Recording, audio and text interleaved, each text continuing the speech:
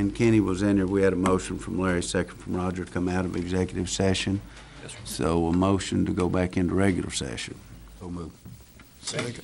Master King? Yes. Master Barger? Yes. Master Hughes? Yes. Master Combs? Yes. Judge Clark?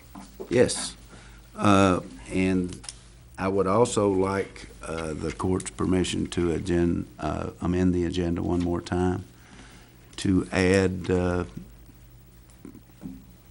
an issue with mortgage electronic registration systems, or MERS. Everybody okay with that? Yep. We talked a little bit about there's an issue with mortgage electronic registration systems and the way they're operating as far as getting away with paying county recording fees. So we feel like it's in the best interest of Madison County that we join in with any litigation that might involve how they've been operating. So I would ask for a motion to approve Madison County to join when they do. I don't know if anything's been filed yet, but to join any litigation or a lot of other counties and cities that might join together to hire somebody to file suit against the mortgage electronic systems. I make that motion. Second. Master King? Yes. Master Barger? Yes. Master Hughes? Yes. Master Combs? Yes. Judge Clark? Yes. Thank you all very much. And we'll be talking about this a little bit more. It's kind of in its young stages, but I think it's something very important that we get involved with, and as do the magistrates and the county attorney and the county clerk. Judge's report, just a few things. We're having a meeting down at Berea City Hall at 6:30 on March 1st, and it's kind of bringing the fiscal court and the Berea City Council together to talk about the 224-acre purchase of land. So that will be advertised, and it's welcome. It's open to the public, and we'll take comments. But we kind of just wanted to sit down and look at the pros and the cons and see if indeed it's in the best interest of Madison Countyans and Bereans, and even eventually maybe Richmond, to go on and purchase this property. So we just wanted to get together, answer all questions, and talk to each other about it, and make a decision whether we're all interested in the project or not. Secondly, we had our joint governmental meeting last week.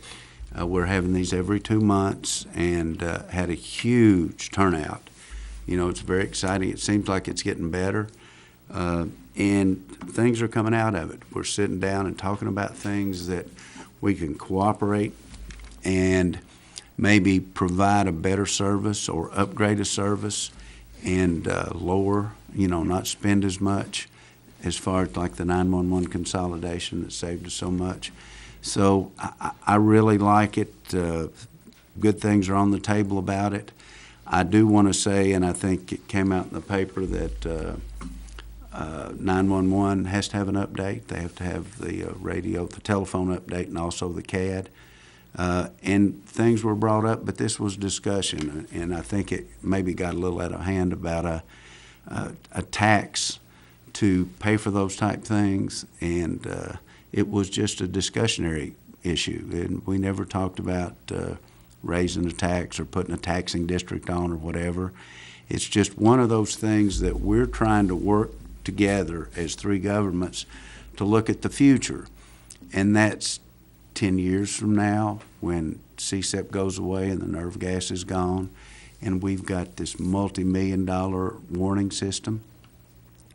How are we going to pay for it? So those are the type of things that are coming out of these meetings, and we're looking at ways in the next 5, 10, 15 years that we can continue to upgrade 911. We can continue to provide these emergency warning services to all the residents of Madison County.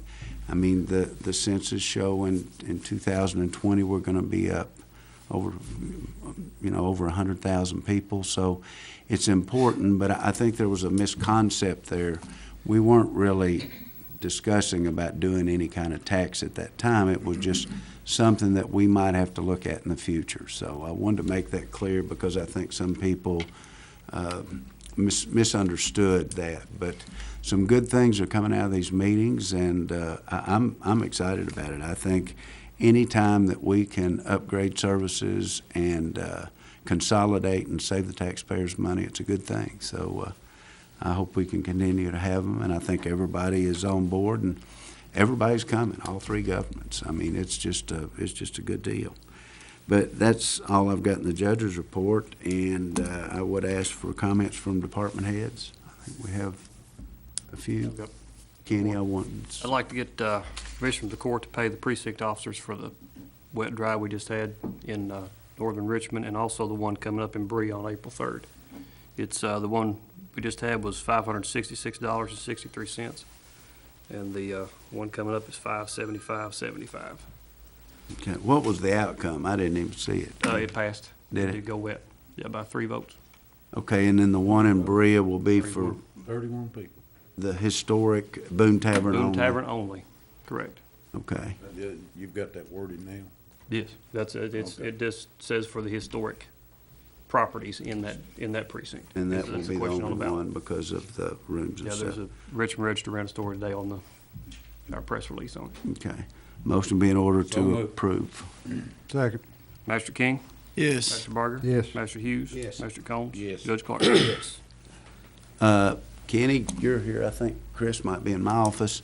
Bring us up to date on all this wonderful upgrades and money savings that's going Well, I on. can't- Where are you? And I told Larry I'm on my 4th week of no day off, so we're it's all downhill from here. Everything, all the hardware's installed, the software's up and running, and everybody seems to think that it's a improvement from what we had.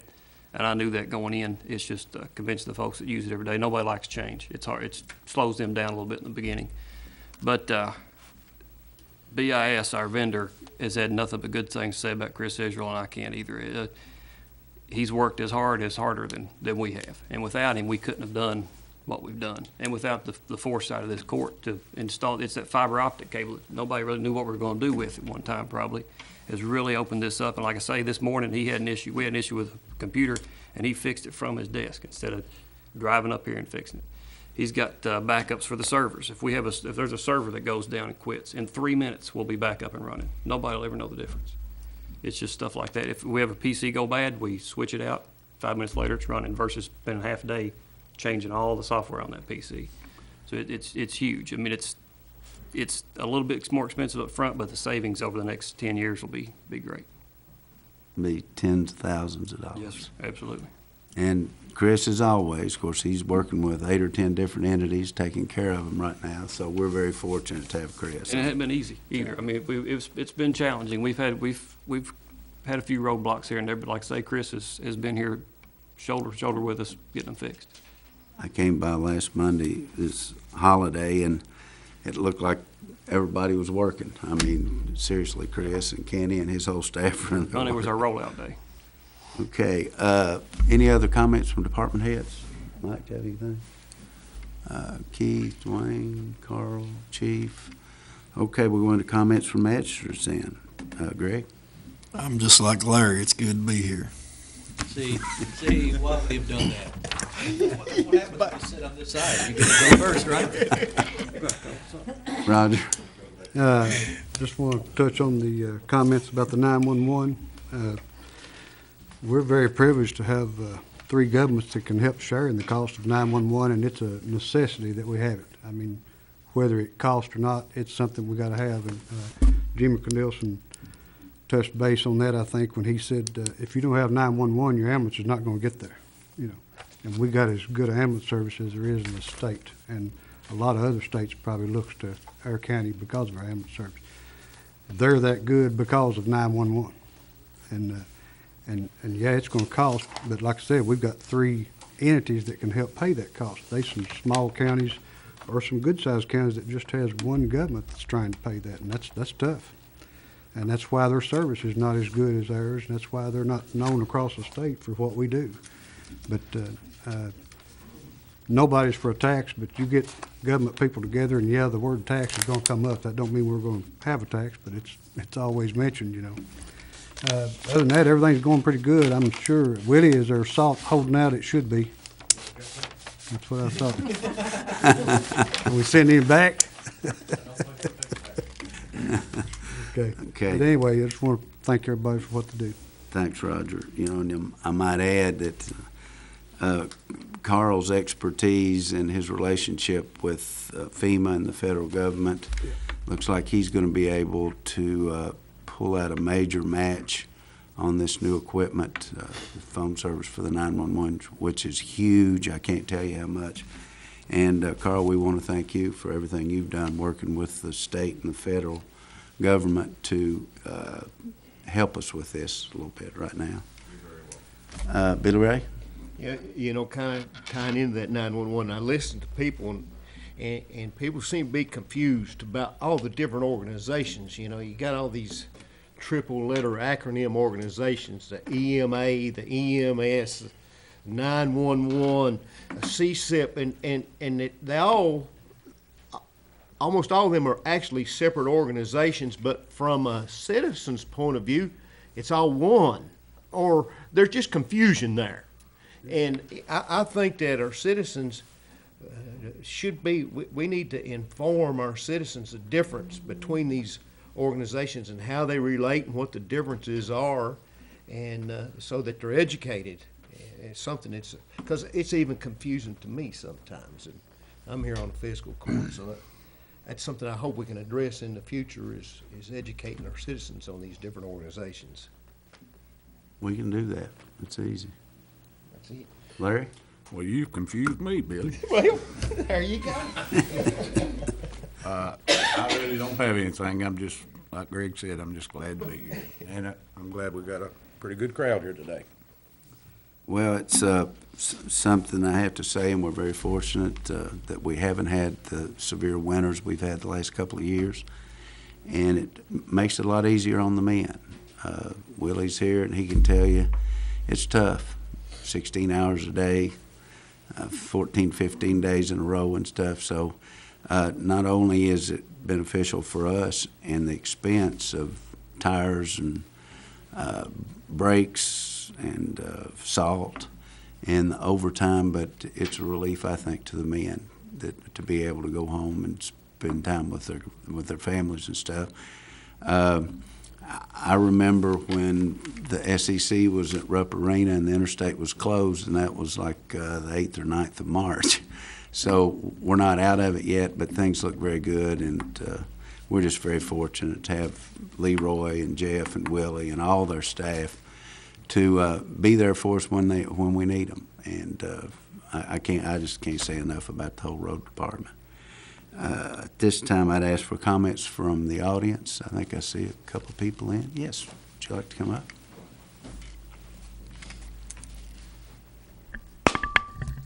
My name is Tiffany Nash, and I'm the chair of the Richmond Chamber of Commerce Economic Development Committee, and among other things. But I'm here in that capacity. I really appreciate you all talking about your cooperation and collaboration working with the other governments, and I'd like to issue a formal invitation to be a part of our Economic Development Committee. To come, our next meeting is March 21st at 8:15.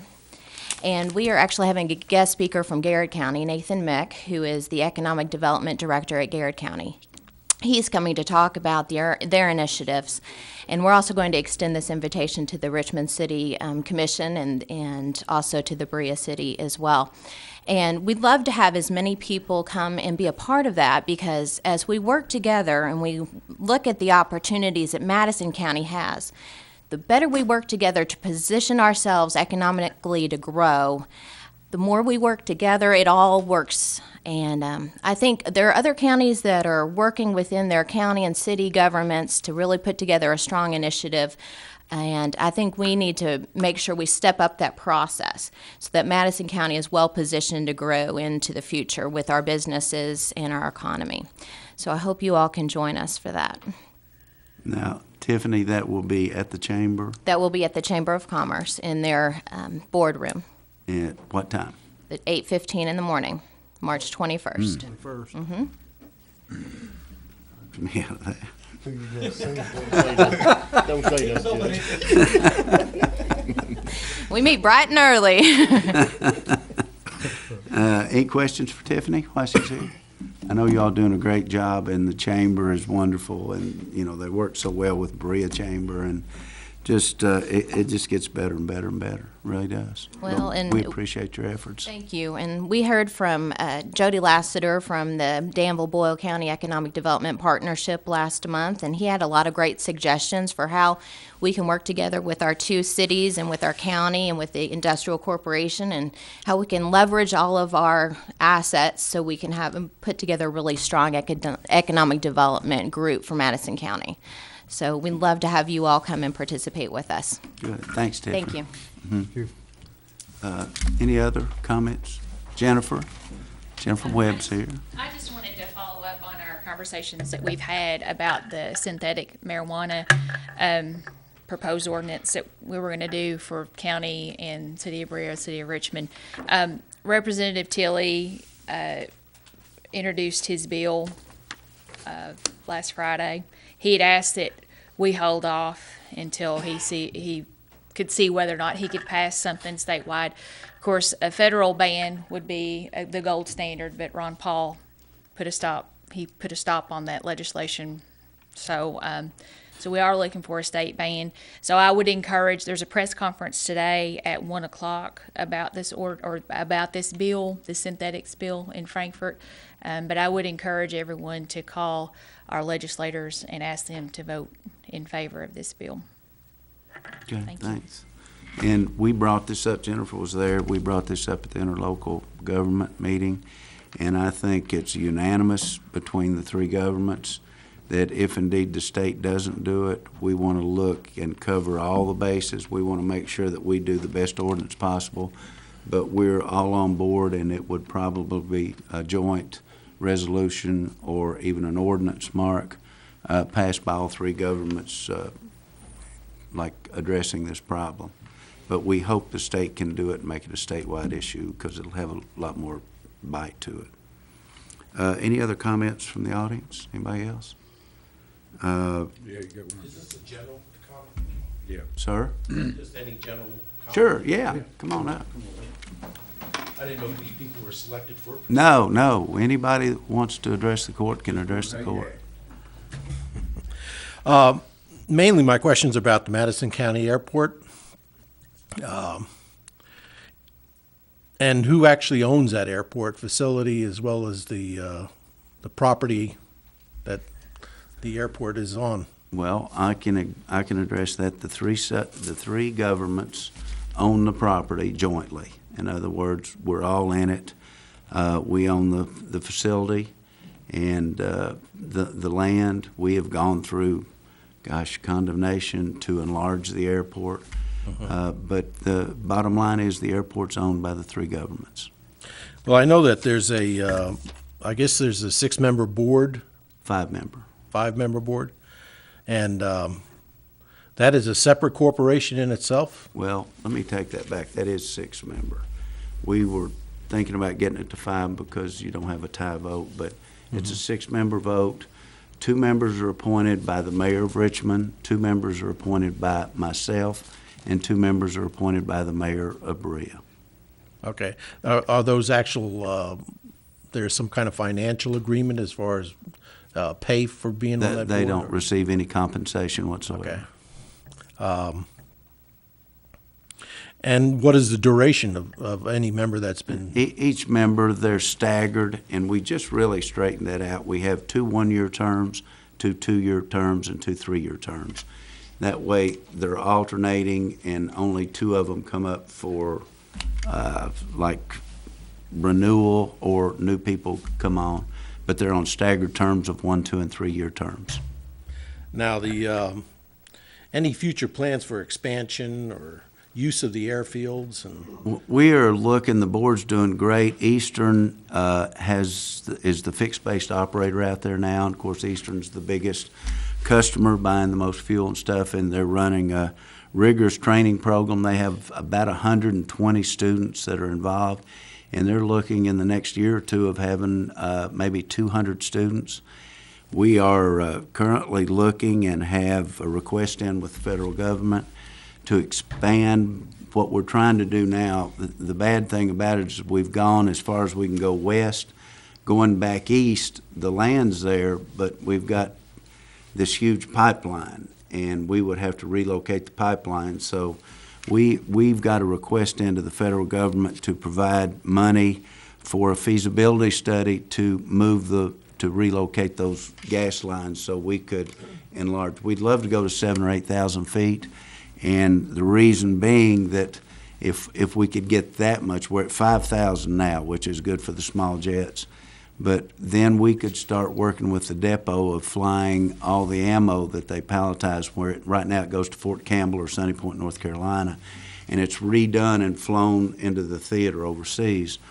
Bluegrass Army Depot is able to do that, and we'd like to look at them doing it and flying it directly out of Richmond going overseas.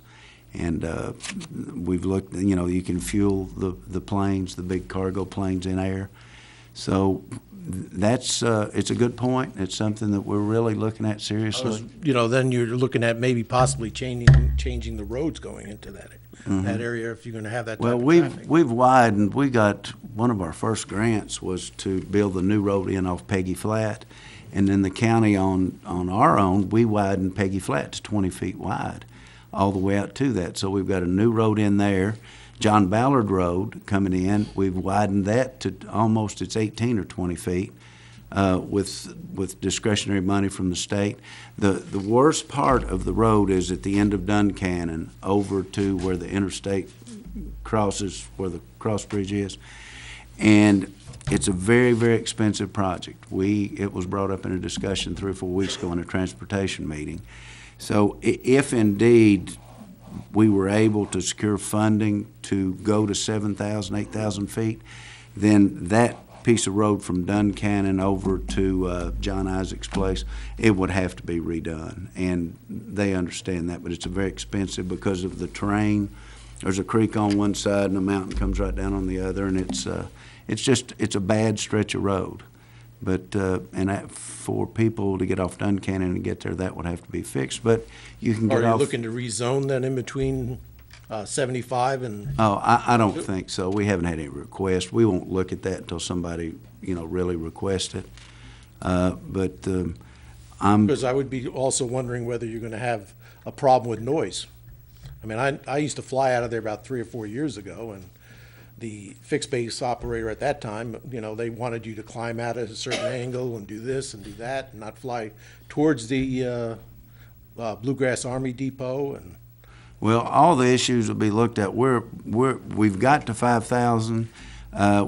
We've invested through, and really the feds in the state, about $4.5 million in the last 6 years.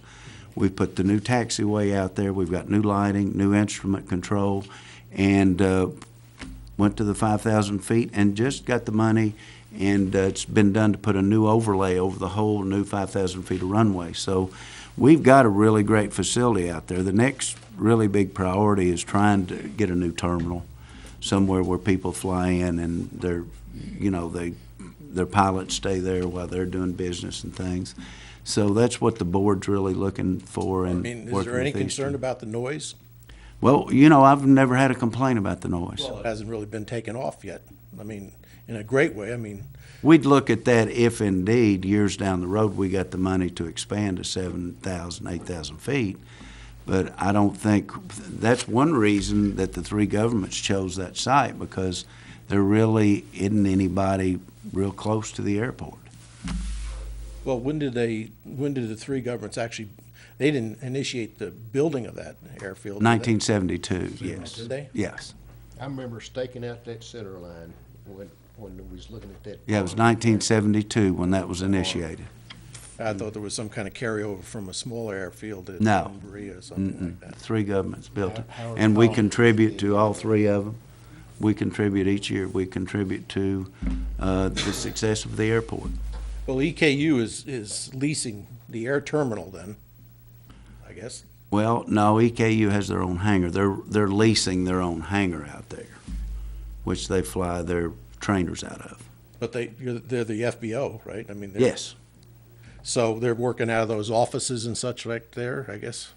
Radio The communication? FBO is. Now, they've hired Jason Bonham, who is, and he's kind of running the FBO. Now, he works out of the offices, but Eastern works out of their hangar. They're not utilizing the main terminal, what you might call, it's not much of a terminal, but. Right. Well, is the airfield really going to be looking at, that we're looking at it as something that can generate money? Sure. I mean, it seems to me for all the expansion that we're going to be doing and, Well, we don't know if we're going to do it or not. It's real expensive, and, you know, the three governments wouldn't have the assets to do something like that. It would have to be federal money.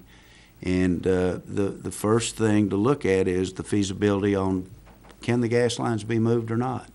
If they can't be moved, then we're going to be stuck at 5,000 feet, which still gets all the small jets in, you know, the corporate jets that come in and with the big companies here, the manufacturers and the Myers and things like that. So, you know, we're in excellent shape, way better shape than we were. We've got the full taxiway now that keeps the runway clear. So we've come a long way in the last 5 or 6 years. We are currently funding by, what, 50,000 now? No, the governments, we've been given 10,000, and we just voted starting this year to give 25,000 per government to the board for the operation of the airport. So 25 from Berea and 25 from That's Richmond. correct. And that's to buy equipment that's much needed. And if indeed they get to the point they get what they need, I mean, you know, we need brooms and mowers and things that we've always tried to contract, and they felt like that, you know, they needed that equipment, and they've got the help out there to do it. So if indeed it gets to the point where they don't need 25,000 apiece, then they've agreed to lower that down. But for the next couple of years, the three governments going to contribute, go from 10,000, which we've always given, to 25, to help them upgrade the services, upgrade the equipment out there, and do the things that they need to do that they really haven't had the money to do. Because I thought I read somewhere that there was a projection of it going up to $100,000 as far as overall contribution. I've been involved in every meeting of the airport, and I've never heard that number. Okay.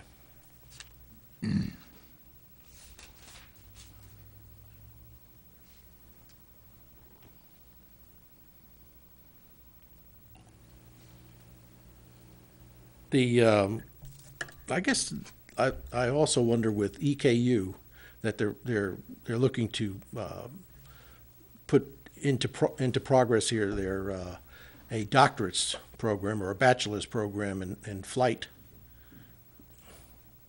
engineering or something like that. Is that part of what they're looking to do this for? I mean, out of this airfield, or is this corporate flights that they're looking for, or are they? Well, Do we know? you're kind of out of my expertise right now. You'd probably need to talk to probably Jason, the FBI, the fixed-based operator director out there. Jason could answer these a lot better than you. I could probably tell you something, but it might not be exact. So I think any questions related to a bachelor's program through Eastern and stuff, go out. Jason will talk to you. He's a great guy, and he'd be more than glad to answer any of those questions for you. Because I believe their program was going to be IFR, Instrument Flight Rule type program, where if they're up to corporate jet, they would have to be IFR pilots. And I wonder if the facility itself isn't going to need an awful lot of equipment to get to that position, or, I mean, they'll have to be doing all their IFR training into Lexington or Cincinnati or something like that. Talk to Jason. He can answer those questions for you. Okay, that does it for me. Okay. Thank you very much. Anybody else from the audience like to come up? If not, a motion will be in order to pay the claims and approve the transfers. Second. Mr. King? Yes. Mr. Berger? Yes. Mr. Hughes? Mr. Combs? Yes. Judge Clark? Yes. Thank everybody for coming in. We appreciate the comments. We like for people to come in and ask us questions. And motion to adjourn. Good meeting. Yes.